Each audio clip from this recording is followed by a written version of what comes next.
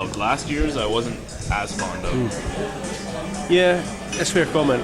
As I said to you earlier on, we changed producer last year, or we changed contract brewer last year, and we were just learning about the process during when we were doing the seasonals, the limited editions, and winter beer was was one of the first beers that we brewed when we moved, and I was still learning at the time. So when we bottled it, it tasted nice, but the thing is that one of the strange features of Innis And Gunn is that when you bottle it, immediately after you bottle it, the flavour of all the oak goes away and it doesn't come back for 30 or 40 days. So you never quite know when you ship it. I mean, obviously for things like Original and Rum Cask that we're producing week in, week out, we know what's going to happen. It's predictable, but for the others, we don't. And so, yeah, it's a fair comment. I don't think winter beer was our very, very best one last year, but you know, we've fixed the issue, and this year we have a production program, which will be fantastic. I have a question. It's probably for you. Am I able to buy the Irish whiskey cask by the keg here? Unfortunately not. Because I have a tap at home and it's crying at me because it wants some really bad. Not at the moment, I would say. But not at the moment. It might be possible later on. I don't know. Because it's Sometime going well, it might be, yeah. In the future? That's fine. That's all. Actually, that's another question. I read that it was a record sellout in Sweden. How long was it? 10 days. 10 days, yeah. 10 days. Madness. 36,000 bottles, 10 days.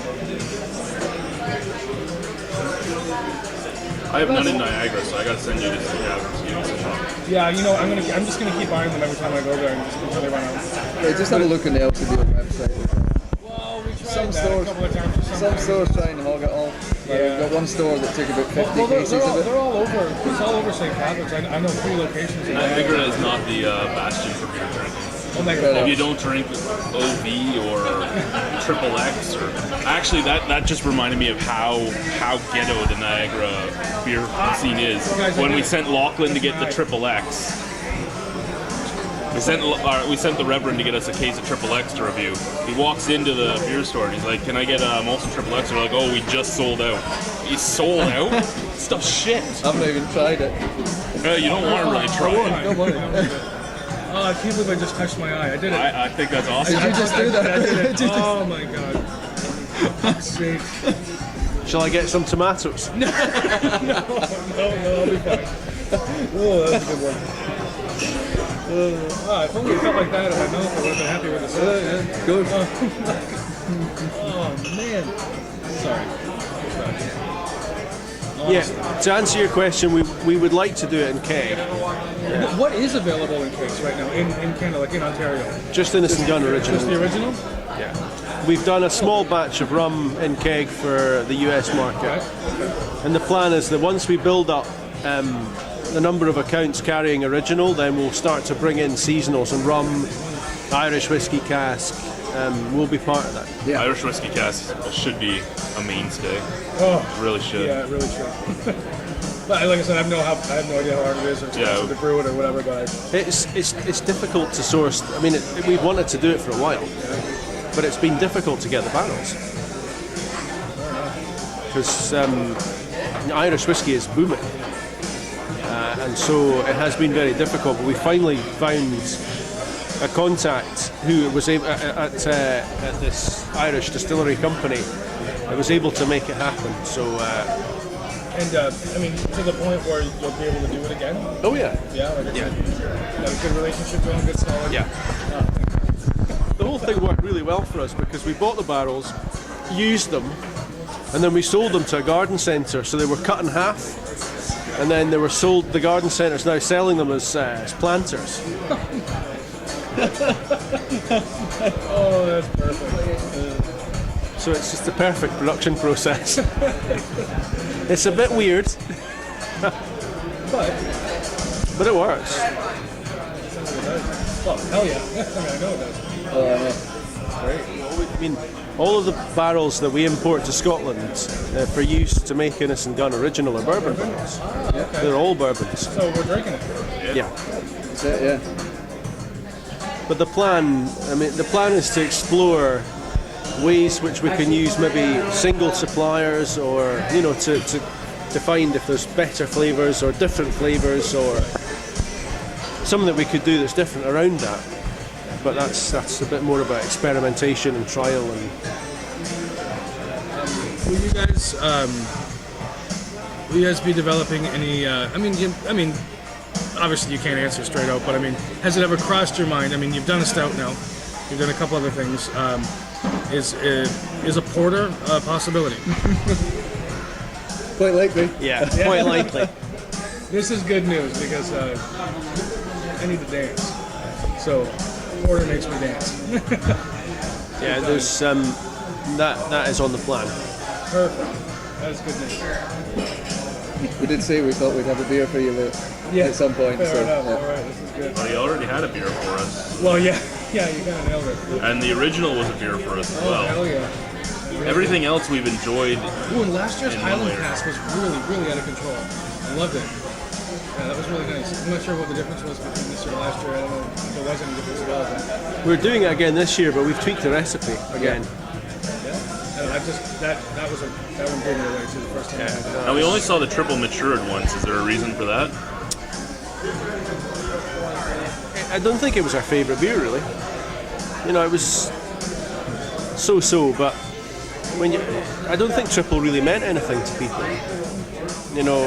If you do something in an Irish whiskey cask, Well, they know, yeah. you can get that straight away. Or a Jamaican rum barrel, you can get that straight away. Whereas triple matured, beer was good. Don't get me wrong, we all liked it, but I just think the whole sort of proposition maybe wasn't as strong as you'd want. So probably not do that one again now.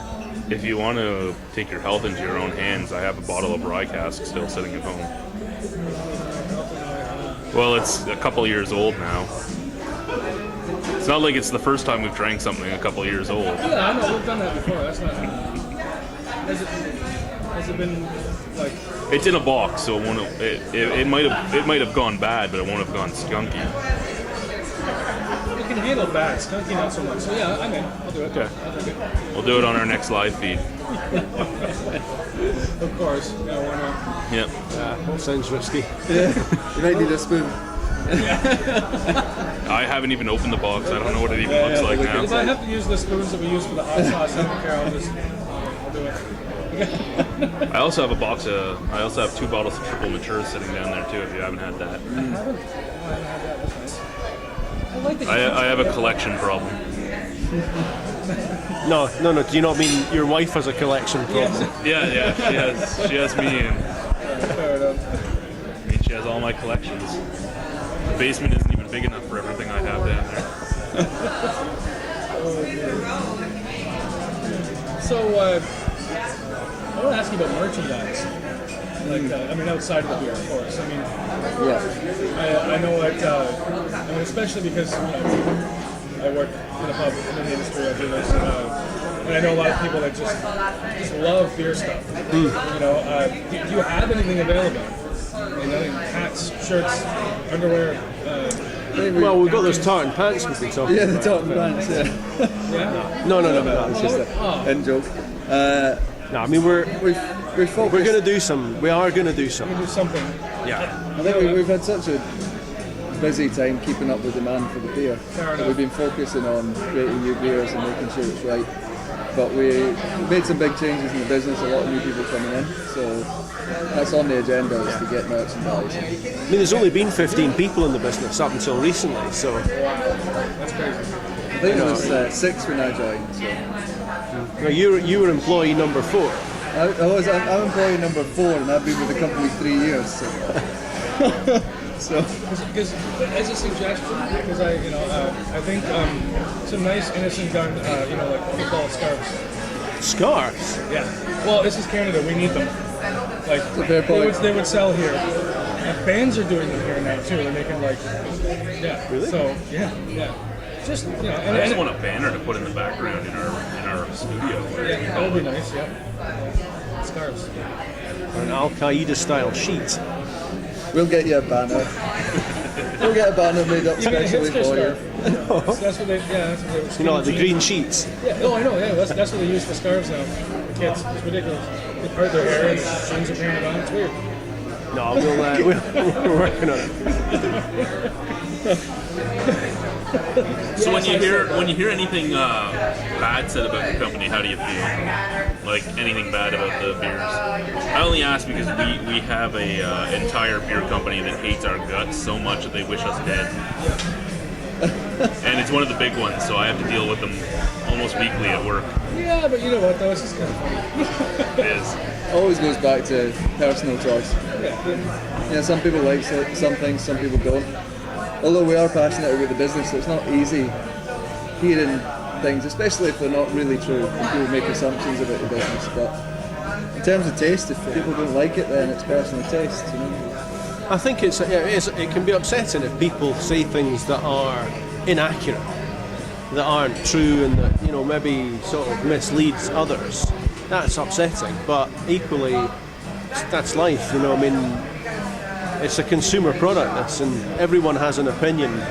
You know, we can't control, you know, even a fraction of what people say and think about our beer. So all we can do is concentrate on the basics, which is making nice beer, the most delicious beer that you can get, in our opinion, and shipping it, you know, working with our customers, the distributors, the retailers, and that's all we can do, you know. And it's up to consumers then to make comment as they see fit. I know, because I've heard some people say some. I mean, obviously, because we do service where I work, some people say some pretty interesting things about it. You know, you get a lot of people saying, "Well, that's great. You know, having one of those is great. It's just too rich for me, but it's nice. It's delicious. Okay, you get all that stuff." Mm-hmm. People saying, "That's all I'm having today." You know, that's great. You get those guys. And then there was this one person. I said, "Oh, there's another overpriced beer because of how much alcohol is in it. I'm not going to get ripped off by these people." And I was like, "Okay." As they said that with a Bud Light in their hand. I'm sorry, you don't want to get ripped off? Too fucking late, guys. Like, are you kidding me? For that consumer, it may be that alcohol was the focus. You know, alcoholic strength and price. Yeah. You know, that's fair enough. But I mean, that's just. Well, how much did you guys sell yours for? I have no idea. I only asked because I know when they were selling it for like $12 a bottle and not understanding why it wasn't moving. Right. I think it was somewhere around. I think it was, at first, the rep told us that we can only have half pints because of the alcohol content, because of the smart serve and the LCBO rules and all that. But now, for some reason, we're allowed to serve full pints. So the price went down from the half pint, but I think you're looking at probably about $8.50 per pint. $8.75 maybe? No, it's not. Yeah, it's not outrageous for the strength. Yeah, I mean, no, honestly, because you're going to get two of them, and you're going to have to be escorted to the cab. You know, like, fine. I mean, we launched it. We launched it in the small glass on draft because we felt that, or we hoped that would be what people would want to do. They would have a nice small glass. Yeah. I mean, I started that way, but then they were just going too fast. Yeah. I think. Well, last night I did the unspeakable, and I hope nobody else sort of finds out. But edit point. You have video.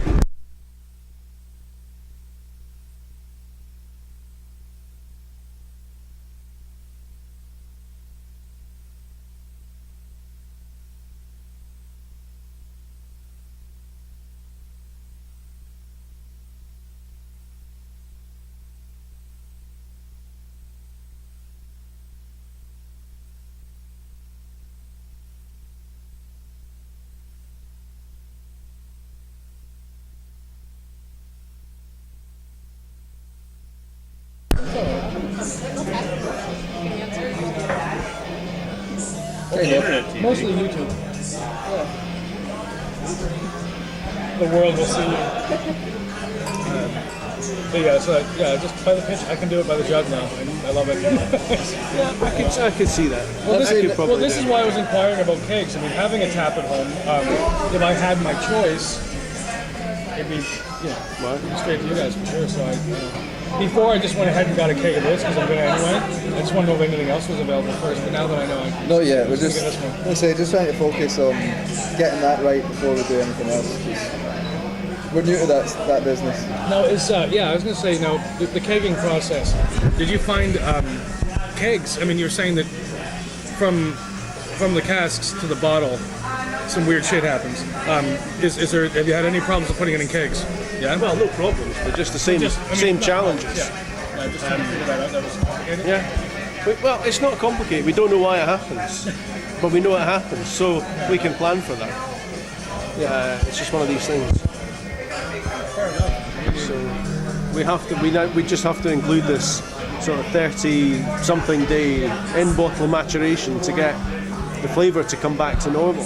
But we did a wine tasting last year in Scotland as a sort of bit of fun, and the guy at the wine tasting who was leading it was saying that some wines go through this too, like particularly like vintage wines.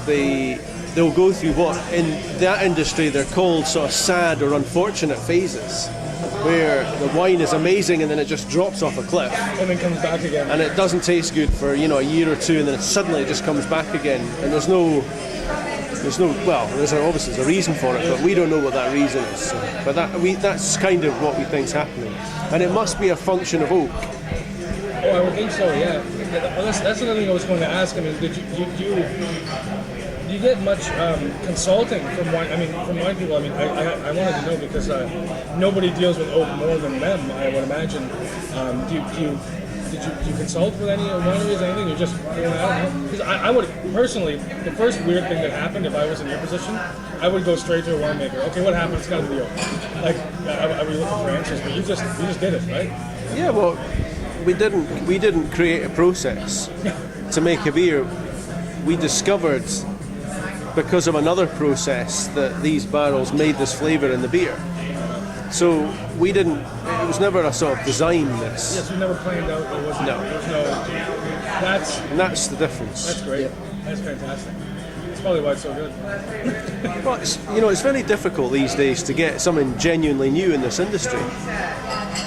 And I believe, there was oak-aged beers and barrel-aged beers and stuff out there before, but it's not what we do now. We've created a whole process to make this beer around that discovery, and we don't do production like any other company. That's amazing because, like I said, I mean, just being around the different breweries and talking to different, craft beer makers and beer masters and winemakers and everything else, everything just seems so mathematical. I'm not saying they're not making great products, but a truly standout product is something that's made. It's just made. It's created, and it's. I like that. or discovered. Yeah, sure. I mean, and not asking too many questions about it, just redoing it. And when you stumble upon something, it's a pretty big deal. I mean, I think it's always going to be better than the stuff that's designed mathematically or systematically. And that's for any industry, any product. I think. Well, I felt strongly enough about it when I discovered this flavour to leave a perfectly good job. So it must have. Well, I mean, I gotta tell you, if I hadn't tasted this and I would have called my family and told them I loved them, and that was it. I'm out of here. Like, for sure, I would have did that too. That was kind of it. That's what happened. It's amazing. That is just amazing. It's a great story. And the end result is. I mean, it was a moment of unbelievable luck that we discovered this, and it was then followed up with that so far 9 years of unbelievably hard work to get this, to be the brand that it is now. And I just don't think we've even scratched the surface with it, to be honest. I don't believe so. We've only just launched it on draft. And, we're seeing places going mad for it on draft now. Yep. And that's bringing loads of new drinkers in, because a lot of people don't look in the fridge, they just go straight to the draft. Yeah.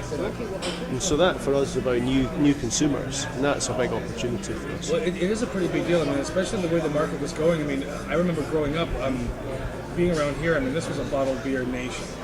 It was for so long. and just what we discussed earlier about the LCBO bringing awareness and education and all that to the industry. It was just noticing pubs started popping up. Nightclubs with bottled beer disappeared. Pubs on every corner. Yeah. People sitting down, pulling taps the way it should be. I mean, they weren't, for a long time, they weren't carrying any good beer. They were just, it was the same stuff, just, A lot of them still aren't. no, agreed. It's changing. But it is changing very fast.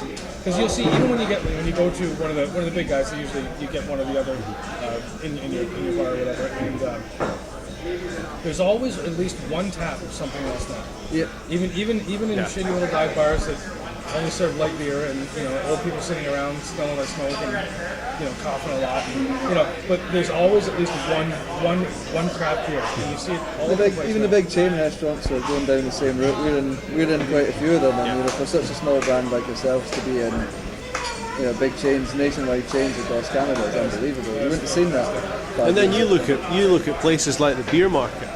Right. I mean, the range in there is unbelievable, and it sells. All sells. It's incredible. Well, it's That good shows because- you the interest. Yeah, well, that and right now, I mean, it's one of the only places doing that. So people are going there to do that. Yeah. If I had the money, we'd have one in Niagara. I know. It'd be amazing. Just have to trip over a suitcase full of money is all. Well, you never know. It may happen. With my luck, I'll break my nose, but it'll be a suitcase full of money. That'd be right. I'd break my nose for that. Yeah, absolutely. Break whatever you want. I'll take it. I don't care. I actually do have a question from some of my viewers who actually harass me about this. Why is it harder for them to find this stuff in the UK than for us? I actually have a lot of English and Scottish viewers that say, they can't get this type or this type or this type out there. Yeah. And they tell me they're going to shoot me if they see me. Now, I'm not scared about the UK guys because I know they don't have guns. It's a long way. Yeah, right? Not allowed to. It's just this market, the Canadian marketplace is better set up to take our new products. It's very, very difficult to get our new products listed in retailers in the UK or to persuade bars to take them. So it's a much more fragmented and complex market, the UK. But we are looking to fix what you've just described. Hopefully later this year, definitely later this year, we'll have a shop. I'm okay with it working the way it is. Yeah, I'm totally, because I mean, the more you have to get to other people, the less it's going to come here. So, I mean, they can wait, screw them. Oh, it's like that, is it? Yeah. No. It's not that we haven't tried to get it into that market. It's We just- want to. Obviously we do. It's just tough to get into those retailers. Whereas it's one of the benefits of having the LCBO, another Canadian liquor book. Right. You got one person and it's in distribution quite widely. Our online shop, though, will help. That'd be great. We're developing a proper online shop that will have all of our limiteds, all of our seasonals and core range, plus in time it'll have some merchandise, and that hopefully will help those people that can't currently get the stuff that they want. Now, here's a dumb question because I'm pretty sure of the answer already, but have you ever thought about going into the beer store? The where? The beer store. Brewers Never Market. heard of it. No, I love it. Perfect. And on that bombshell, Edit point? No. No, of course not. Beautiful. But yeah, I'm amazed with the beer that you guys have been making. I've been amazed since the original. Even the beer I haven't liked has been so well crafted it isn't funny. And I'm looking forward to the future after the Irish cask. I really am. And yeah, I keep going back to the Irish cask, but right now it's number 1 or number 2 on my beer list. Why? It's incredible. Well, it's the one I keep beside my bed, so. Oh yeah, those 2 which one bottles do you keep brought in your over. bed? So already, yeah. Yeah.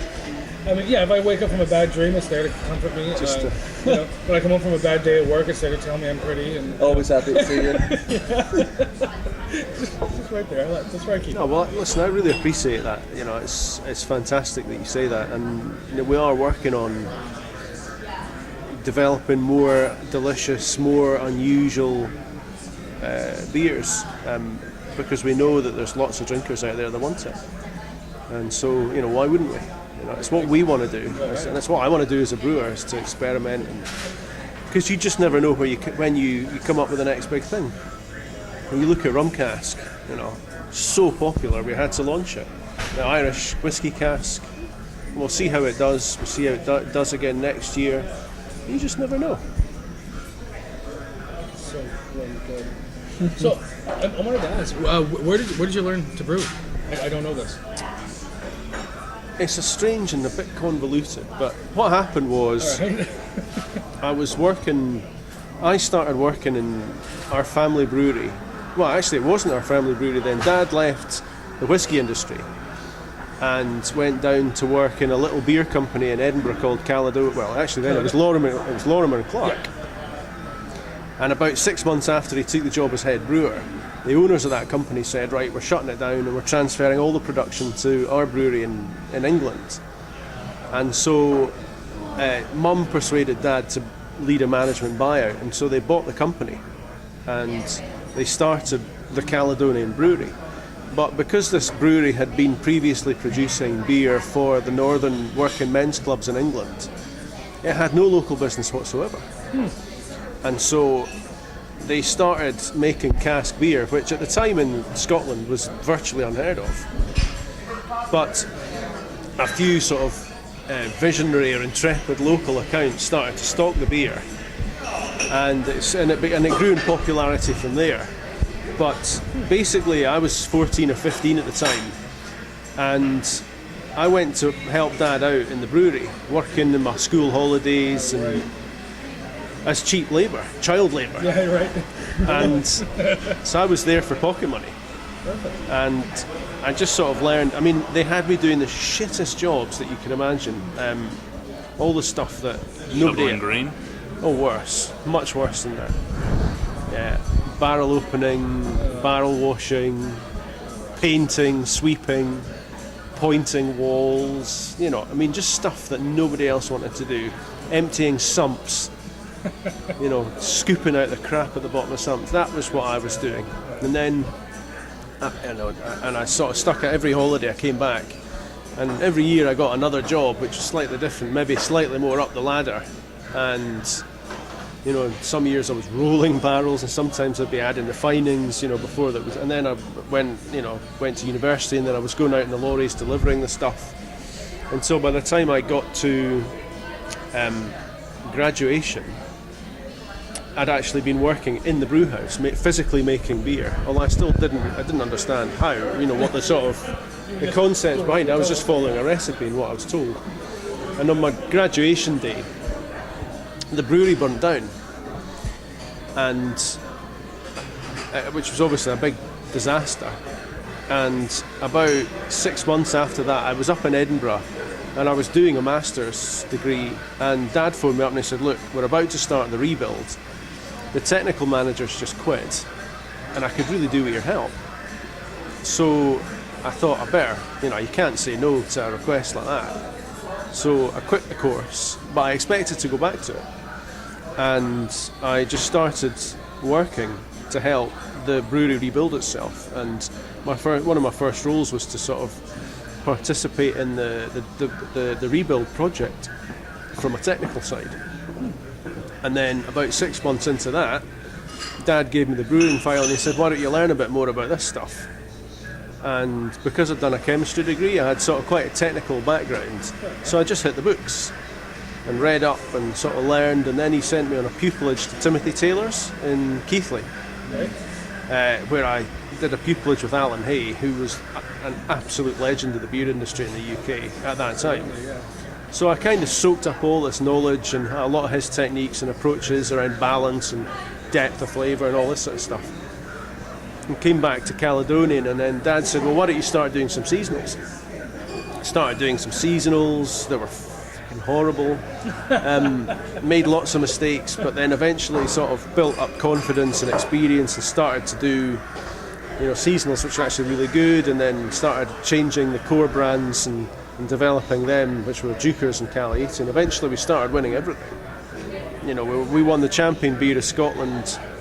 We were first, second and third in that competition for 3 years in a row when it was inaugurated. And then when I left, I was, I think we were the first Scottish winner of the Champion Beer of Britain with Dukers, and so I'd sort of kind of was coerced and nagged into it by well, not even nagged. I mean, Dad said we need help, and I just jumped into the industry and then just grew to love it.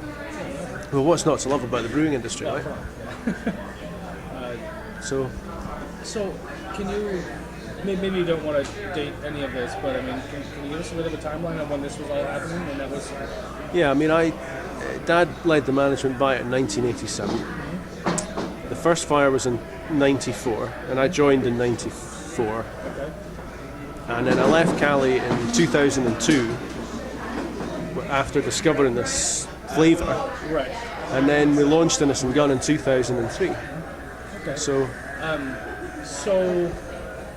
the reason why I'm asking is because the last time and the only time I was in Edinburgh, the first beer I had in that city was the Caledonian IPA, and I fucking loved it. And I imagine you probably had something to do with that at the time. That would have been 2000 or 2001. yeah, Would have been Yeah. interesting.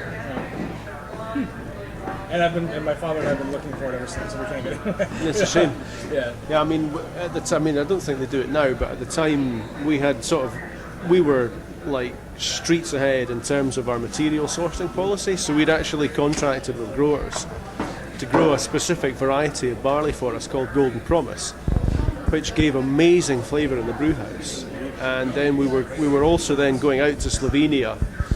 To the hop fields there to work with individual growers, and we were also doing the same with English growers because we were using Fuggles and Styrian Goldings, which were the principal hops of Dukers, and so we had a totally different sourcing policy to our competitors at that time, and I think that's what led to the beer being so delicious. Like, it was all like everything just came together.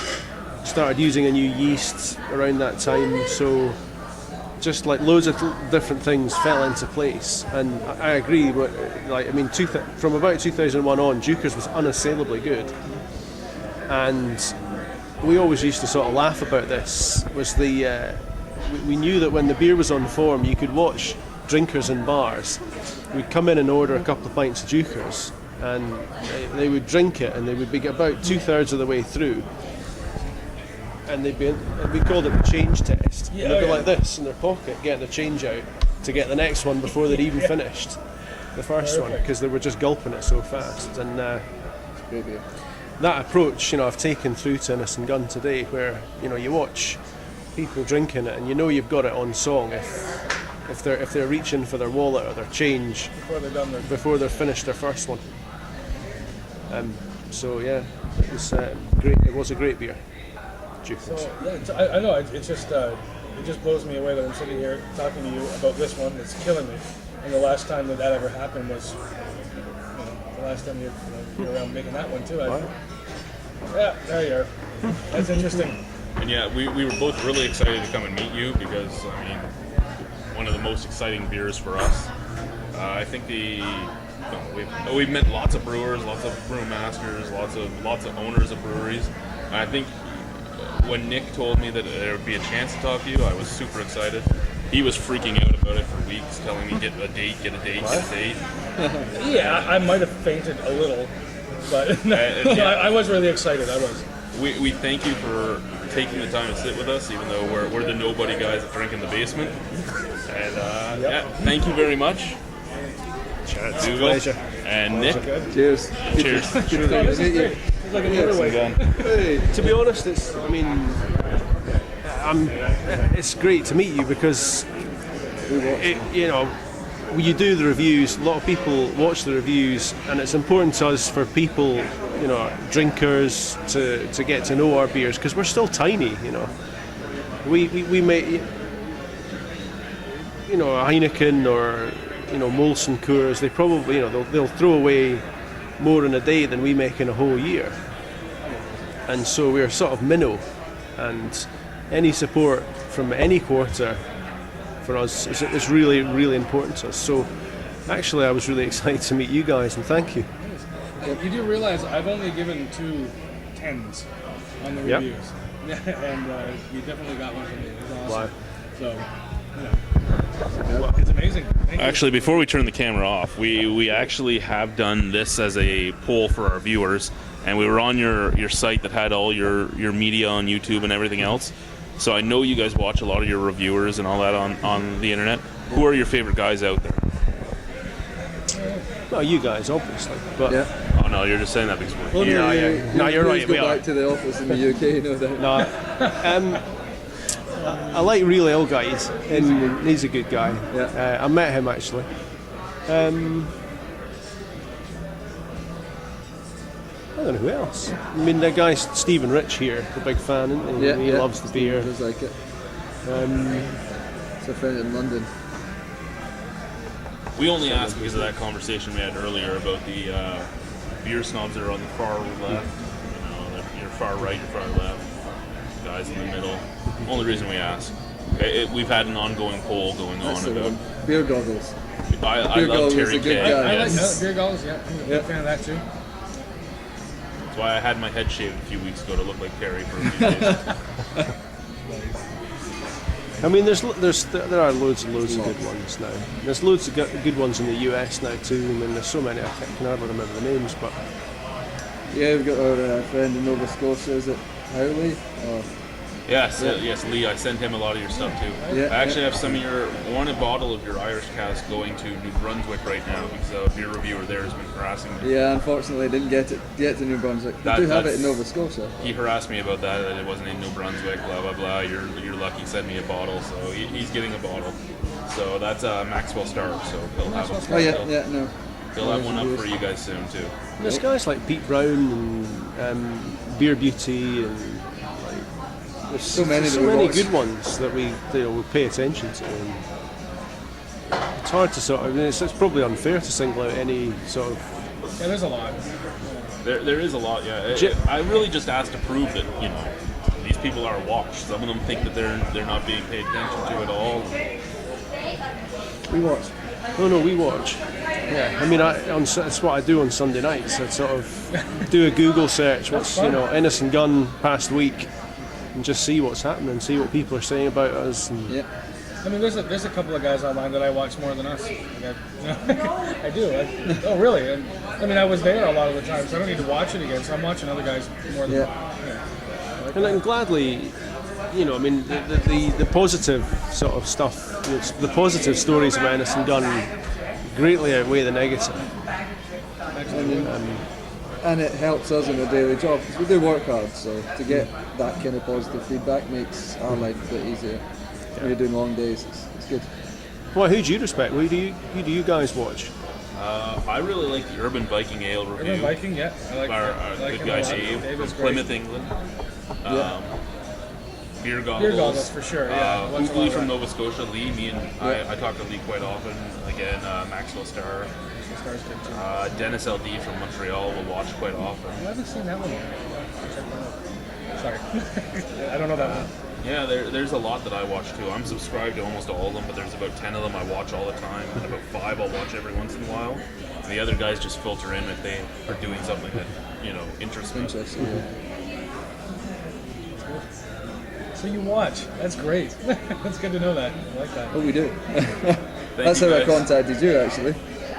Thank you for coming and spending a little bit of time with us. We very much appreciate it. Pleasure. Yeah. Genuine. Enjoyed. Really enjoyed Thank it. you. All right. Turn the damn camera on.